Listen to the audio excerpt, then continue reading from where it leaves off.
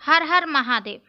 दोस्तों, आप सभी का स्वागत है शिवांगी ब्लॉग्स चैनल पर। आज हम बात करेंगे कुबेरेश्वर धाम की। शिव पुराण कथा हो रही है कुबेरेश्वर धाम में। जैसा कि आप सभी शिव भक्त जानते हैं कि गुरु पूर्णिमा के शुभ अवसर पर शिव पुराण कथा कुबेरेश्वर धाम में गुरुजी पंडित प्रदीप मिश्रा जी द्वारा कही जाती है और उसको लाखों की संख्या में भक्त श्रवण करने आते हैं। आज हम जानेंगे कि शिव पुराण कथा अगर हम श्रवण करना चाहते हैं, अगर हम कुबेरेश्वर धाम की धरा पर जाकर कंकर शंकर की पूजा करना चाहते हैं तो हमें क्या करना रहेगा, कैसे हम जाएंगे और कितनी भीड़ है, कैसे वहाँ पर हम कंकर शंकर की पूजा कर सकते हैं तथा हम शिव पुराण कथा को कैसे श्रवण कर सकते हैं। जी हाँ दोस्तों, शिव पुराण कथा गुरु पूर्णिमा के शुभ अवसर पर कुबेरेश्वर धाम में हो रही है और हमने एक दिवसीय शिव पुराण कथा प्रथम दिवस की श्रवण की।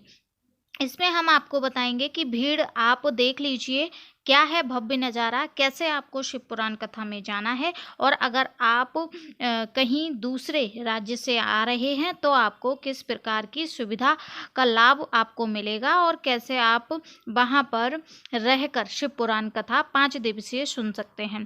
देखिए, दूसरा दिन 2 दिन निकल गए हैं, 5 जुलाई और 6 जुलाई। आज 7 जुलाई की शिव पुराण कथा आप अगर सुनना चाहते हैं तो आप शिव पुराण कथा गुरु जी के पंडित प्रदीप मिश्रा जी के जो ऑफिशियल चैनल है उस पर आप सुन सकते हैं। आस्था चैनल पर भी आप श्रवण कर सकते हैं।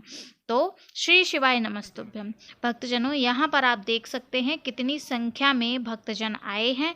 बारिश का मौसम है, फिर भी जो भक्तों की श्रद्धा है वो कहीं कम नहीं दिख रही है, बल्कि दिनों दिन जो संख्या है वो बढ़ती जा रही है। शिव भक्तों की भीड़ हमें बता रही है कि जो शिव हैं, जो कुबेर भंडारी हैं, वो झोली कितनी जल्दी भरते हैं और शिव भक्त कैसे वहाँ जाकर अपनी जो भी मनोकामना है वो पूरी करवाते हैं भोलेनाथ के द्वारा। क्योंकि कुबेर भंडारी 3 महीने के अंदर आपकी झोली भर ही देते हैं। ये आप वहाँ जाकर जान सकते हैं। अगर एक बार आप गए हैं सीहोर तो आप ज़रूर जानते होंगे कि बाबा कितनी जल्दी सुनते हैं।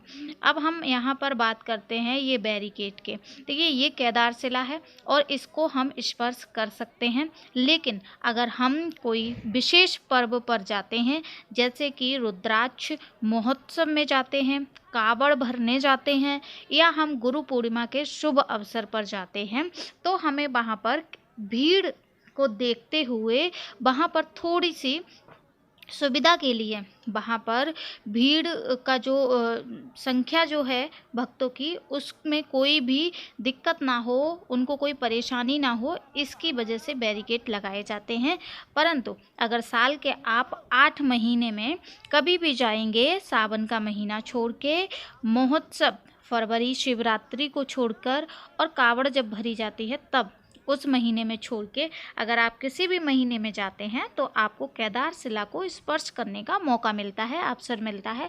आप केदार शिला पर पूजन कर सकते हैं, जल अर्पित कर सकते हैं, बेलपत्र धतूरा जो भी आप चढ़ाना चाहते हैं शिव को समर्पित कर सकते हैं। लेकिन अगर आप किसी पर्व पर जाते हैं तो आपको वो स्पर्श करने का अवसर नहीं मिलता है, क्योंकि भीड़ बहुत ज़्यादा संख्या में होती है।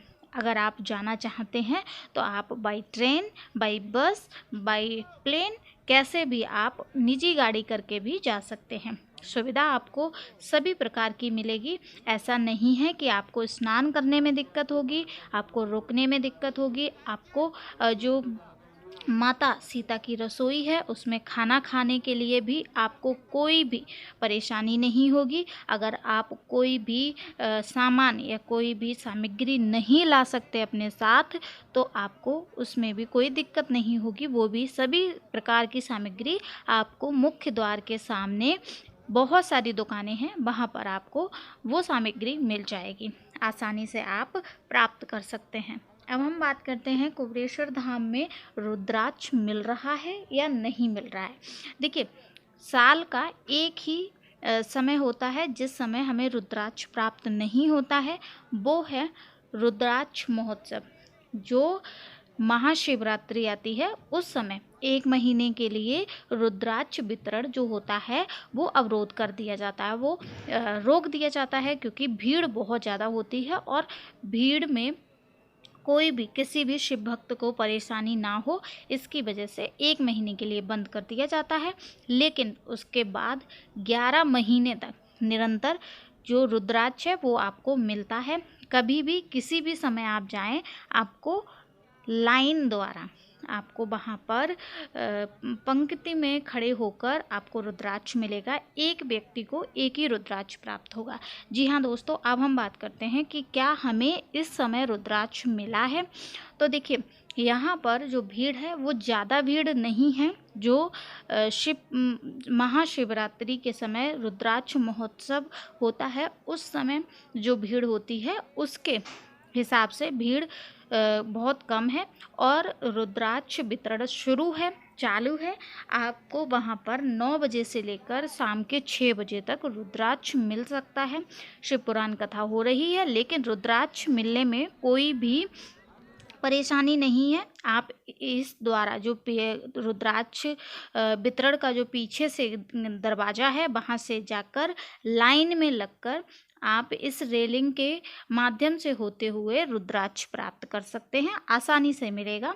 लेकिन जो वहाँ की सुविधा है, जो वहाँ के नियम हैं, उनको तोड़िएगा मत, क्योंकि वो सब देखते हैं भोले बाबा, और हम वहाँ किसी शिव भक्त को परेशान करने के लिए नहीं, बल्कि अपनी परेशानी दूर करने के लिए हम वहाँ जाते हैं।